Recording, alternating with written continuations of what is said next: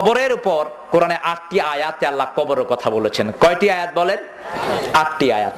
এর মধ্যে সূরা শেষ পারার ভিতরে আছে 3টি আয়াত, বাকিগুলো কোরআনের অন্যান্য জায়গাতে আল্লাহ ছড়িয়ে দিয়েছেন।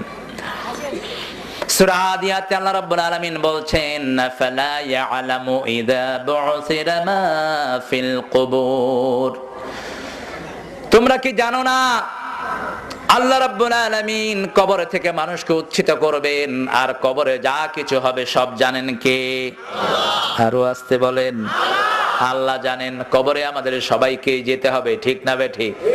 কবর হলো মৃত্যুর পর থেকে কিয়ামত পর্যন্ত মধ্যখানের সময়ে যেখানে মানুষ থাকে, এটার নাম কি? এটার এক নাম কবর, আরেক নাম আল্লাহ বলছেন বারজাখ। কি বলেছেন? বারজাখ। ওমা ওয়ারাইহিম বারজাখুন ইলা ইয়াউমি ইউবাসুন। কিয়ামতের আগ পর্যন্ত মানুষ যেখানে থাকবে সেই জায়গাটার নাম হলো আলমে বারজাখ। কি নাম বলেন? আলমে বারজাখ। এই কবরের প্রস্তুতি আমাদেরকে নিতে হবে। বিশ্বনবী সাল্লাল্লাহু আলাইহি ওয়াসাল্লাম বলতেন, আল কাইয়িস মান দানা নাফসাহু ওয়া আমিলা লিমা বা'দাল মাউত ওয়াল আজিজ মান ইত্তাবা হাওয়াহু ওয়া তামান্না আলাল্লাহ। সবচেয়ে জ্ঞানী ব্যক্তি ওই মানুষ যে মৃত্যুর পরের জীবনের জন্য কাজ করে। মৃত্যুর পরের জীবন হলো কোন জীবন? কোন জীবন? কবরের জীবন। কবরের জীবন হলো কিয়ামতের প্রথম ধাপ। কিয়ামত শুরু হয় কবর থেকে। আমরা কবরের কথা শুনবো, কবরের জীবনের প্রস্তুতি আমাদেরকে নিতে হবে।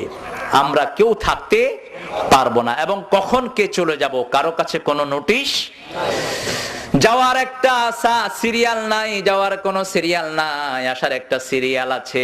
প্রথমে আসে দাদা, তারপরে বাপ, তারপরে নাতি, ঠিক কিনা?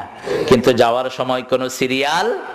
দাদাকে দেখা যায় নাতির লাশ নিয়ে কবরস্থানে, এরকম স্মৃতি আছে না নাই? সেজন্য আল্লাহ রাব্বুল আলামিন বলছেন, শোনো, কবরে যাওয়ার জন্য যে একটা বাহন তোমাদেরকে দিলাম, ওই বাহনটার নাম হলো মৌত। ওই বাহনটার নাম কি? মৌত। মৌতের গাড়িতে করে আপনাকে কবরের জীবনে ঢুকতে হয়। এই মৃত্যু থেকে পালাতে নিষেধ করেছেন। আল্লাহ রাব্বুল আলামিন বলছেন, কুল ইন্নাল মাউতাল্লাযী তাফিরুনা মিনহু ফাইন্নাহু মুলাকীকুম। হে নবী, আপনি বলেন, কুল ইন্নাল মাউতাল্লাযী তাফিরুনা মিনহু, যেই মৃত্যু থেকে তোমরা পালিয়ে বেড়াও, ফাইন্নাহু মুলাকীকুম, indeed you will meet him. আপনার সাথে সেই মৃত্যুটার মোলাকাত হবে। কি হবে? মোলাকাত। সামনে হয় না পিছনে হয়? সামনে হয়। সামনে মোলাকাত হয়ে যাবে। সিরাজগঞ্জে অসুস্থ হলো, ডাক্তার বলল নিয়ে যাও পাবনায়, পাবনা থেকে নিয়ে যাও রাজশাহী, রাজশাহী থেকে ঢাকা, ঢাকা থেকে সিঙ্গাপুর, সিঙ্গাপুর থেকে থাইল্যান্ড, তারপরে ইংল্যান্ড, লন্ডন আলবার্ট হসপিটাল নিয়ে যাও, মাউন্ট এলিজাবেথে নিয়ে যাও, সিঙ্গাপুর। এই যে দৌড়ছে। কিন্তু এমন একটি সময় আল্লাহ ফিক্স করে দিয়েছেন, মৃত্যুর সময় 1 মিনিট এদিকেও আসবে না, 1 মিনিট ওদিকেও যাবে না। শুধু একজন নবী মালাকাল মউতকে থাপ্পড় মেরেছিলেন। কোন নবী? সবার জানা আছে, হাদিসটি সহিহ। মুসা রাগ ছিল খুব শরীরে, সুবহানাল্লাহ বলেন। সাইয়েদনা ওসমান রাদিয়াল্লাহু আনহু যখন কবরের কাছে যেতেন সবচেয়ে বেশি কাঁদতেন। সাহাবায়ে কেরাম বলতেন, ওসমান আপনি তো কোনো সময় এত কাঁদেন না, এই কবরের কাছে আসলে আপনি কেন এত করে কাঁদেন? ওসমান রাদিয়াল্লাহু আনহু বলতেন, আল্লাহর হাবিব বলেছেন, আখিরাতের প্রথম ধাপ হলো এই কবর। কবর কারো জন্য হয়ে যাবে জান্নাতের বাগান, কারো জন্য হয়ে যাবে জাহান্নামের গর্ত, আর কারো জন্য যদি জান্নাতের টুকরা হয়, পুরা আখিরাতের জীবন সফল হয়ে গেল। আল্লাহ তাদের মধ্যে আমাদেরকে শামিল করে দেন। আল্লাহ রাব্বুল আলামিন দ্বিতীয় পর্যায়ে আমপারাতে বলছেন, ইযাস সামাউ ফাতারাত ওয়া ইযাল কাওয়াকিবু তাফারাত ওয়া ইযাল কুবুর বুসিরাত। প্রত্যেক কবর থেকে মানুষকে উত্থিত করবেন কে?